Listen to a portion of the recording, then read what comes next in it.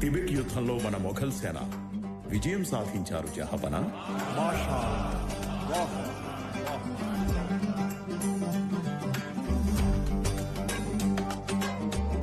आलमगीर का इकबाल बुलंद रहे. దక్కన్ నుండి కబురు వచ్చింది జహాపన. దక్కన్ కా శివ మరాఠాల ఛత్రపతి చనిపోయారన్న వార్త అందింది.